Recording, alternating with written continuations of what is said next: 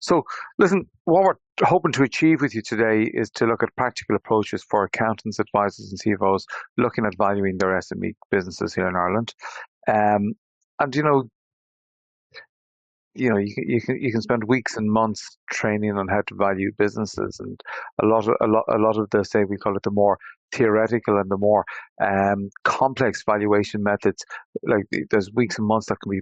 paid into or spent on learning all these different approaches. But there's challenges that dealing in an SME market brings, and we have to remember that here in Ireland, over 90% of our businesses are SMEs.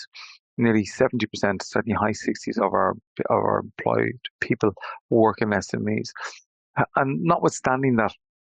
we have what you call it very much the information that's available, the quality of the books and records, the quality of the information that's available makes it a lot more difficult in some ways to value SMEs than it does for these larger, more in theory complex organizations. Because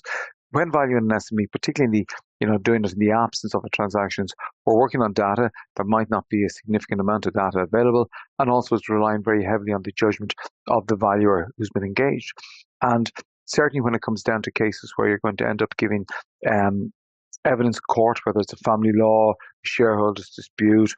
whatever the reason, and you're giving your opinion, um, you know, you're relying very heavily on your judgment and your experience and the ability to say that you have that experience of